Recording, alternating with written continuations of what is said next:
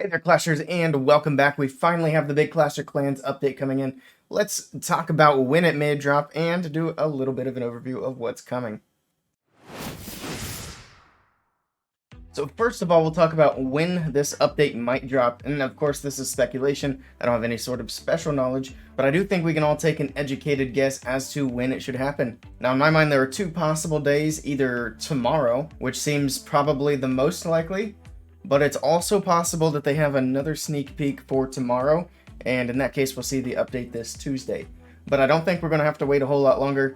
They waited to release this information until they were ready to release the update, so I do think it's going to be within the next couple of days, which is very exciting. Of course, that is, again, speculation. I could be wrong, but I think we're safe to assume it's going to be within the next couple of days. Now, as far as what's in the update, it's quite a lot. We'll go through a little bit of the dev video that I have pulled up at the moment, talk about a few things that are coming. I'll give a little bit of my opinion, maybe try and pick up on some things that weren't explicitly mentioned in the videos. And yeah, let's hop in and see what we can see. Of course, right now on the screen, we have the couple of new mega troops. I initially thought that I don't even remember what they're calling it, but the flying boat, I thought that was going to be a siege machine, but it is not. It's going to be a mega troop. I don't think there are any siege machines in these other villages in the clan capital. Although we do see a siege workshop, which is interesting, we still don't really see an option for siege machines in the army. But again, let's go ahead and take a look at a few things that I wanted to point out. I'll try and keep things short and sweet. We'll try and go over everything that's coming. And then I want to hear from you guys down in the comments below. Let me know what you think of this update. Are you excited to see it? Is there anything in particular you're looking forward to? Yeah, let me know. But let's jump in. So here's kind of the first scene in this video. They talked about the clan medals that you can get with this, which one of the most exciting things for me coming from this is you can use those medals to fill your own CC troops. Now, hopefully we get, a lot of them. Because it would be nice to be able to fill my own super troop requests on a regular basis. If we only get enough to do a couple of self-filled CCs here and there, then it's not going to be quite as exciting. So we're going to have to kind of wait and see exactly how many medals we're getting and how many we're going to want to spend on other things other than self-donations. But still a concept that I like quite a bit. Also, some interesting things we have up on the screen as well.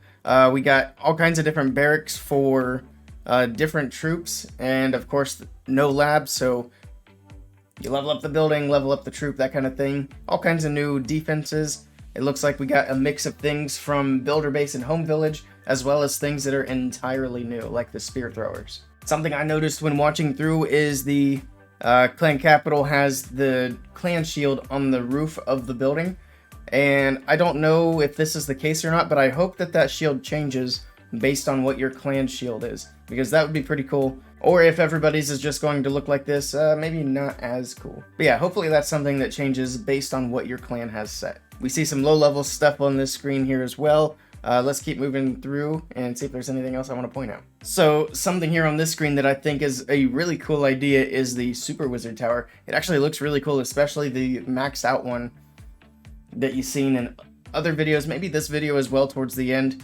But yeah, it's a pretty cool concept and it looks pretty cool as well. Also, I know some people were a little less excited about seeing builder-based stuff being brought over, but I think it's actually a good thing because some of that builder-based stuff was a really good idea in concept, just not executed the greatest. So it'll be nice to see some of those things being brought into what I think is a potentially better executed version of a different base. Something else which is pretty cool on these is having the water in those cliffs as like extra obstacles in the base that are only passable in certain situations. Also in this view we can see a few more of the new things. We see that log trap, which is pretty neat, and we get to see some more of the things that are leveled up a little bit. Also, I mentioned builder base earlier, and I'm going to mention builder base again towards the end, and why I think this has the potential to be a much better update than the builder base update was. Here we do have the new mega golem going through. You can see it breaks the walls when it goes over. And then we're also going to see that new flying ship, which is the other mega troop. There it is on the right side. And it sends out skeleton gliders, which is pretty neat. It also drops skeletons as it goes. I think the raid weekends are going to be a super cool idea and also super engaging. And plus it's going to give us content creators some things to stream on the weekends, which is pretty nice. Something I noticed in this scene, which I think is a little bit weird, is I think you can see my mouse on the screen. are these yellow glowing stripes. If we play it, you'll see they're kind of pulsing. So I'm really curious as to what that is. You can see some of the rewards here. Looks like you get 350 of the medals and another 500 for defense. It says you're rewarded 0 medals. I'm not sure if that's a UI glitch or what's going on there. But let's say, so that's 850 medals.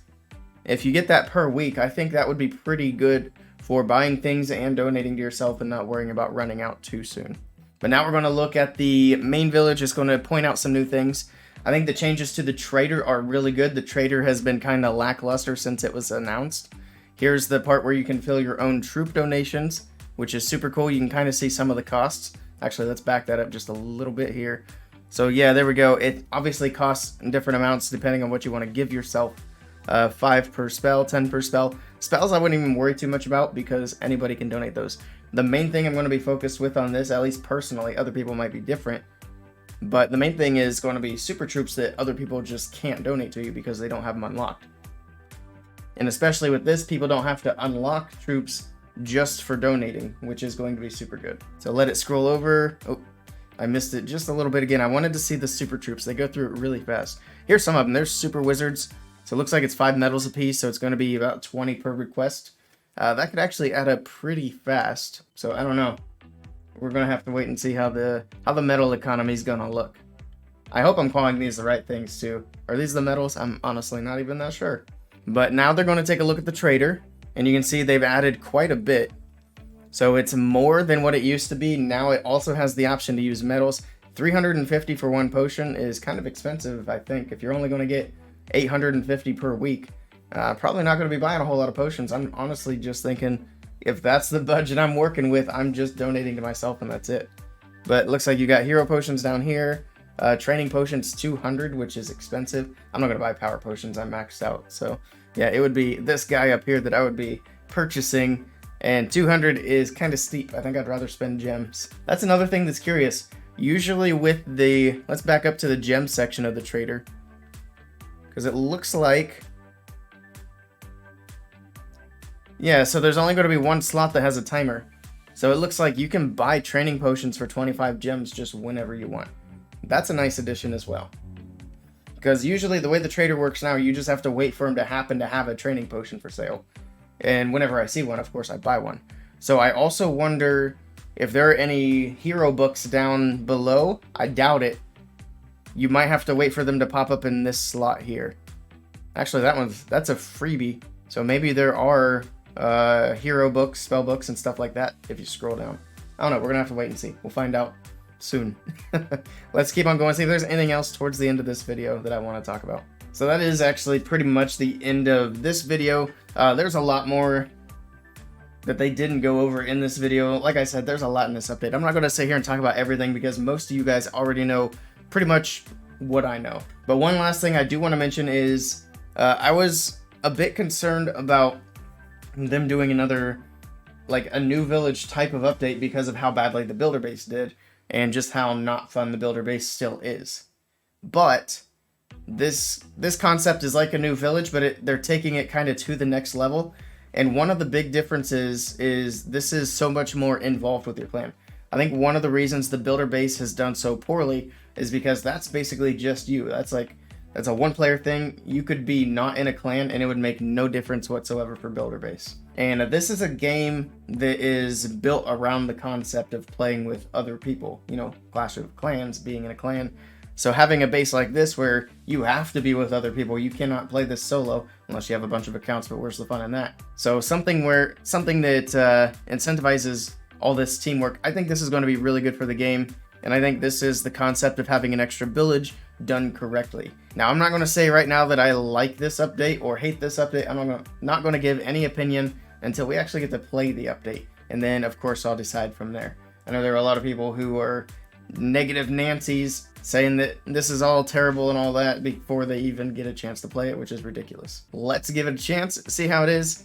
Honestly, I think it's going to be good. I am very optimistic. I think everything we've seen in the sneak peeks look good, and I think the Clash team have done a very good job so far. We'll see if that opinion changes or not.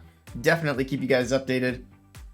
and I will definitely be covering this stuff here on my YouTube and over on Twitch. I'll be live streaming probably tomorrow evening after work. If you haven't checked me out on Twitch, check out the link down in the description below. Give me a follow over there and catch me when I go live. We're going to be playing some of the new update, assuming it's out tomorrow morning. If not, we'll be playing it as soon as it's, well, not as soon as it's out, but the evening that it's out. But that's all I got for this video. Again, let me know what you guys think of this update down in the comments below. If you like this video, be sure to hit that thumbs up. And if you want to catch all this new Clash content with me over here, be sure to hit that subscribe button down below. I do appreciate the support. Thank you guys for stopping by, and I will catch you all next time.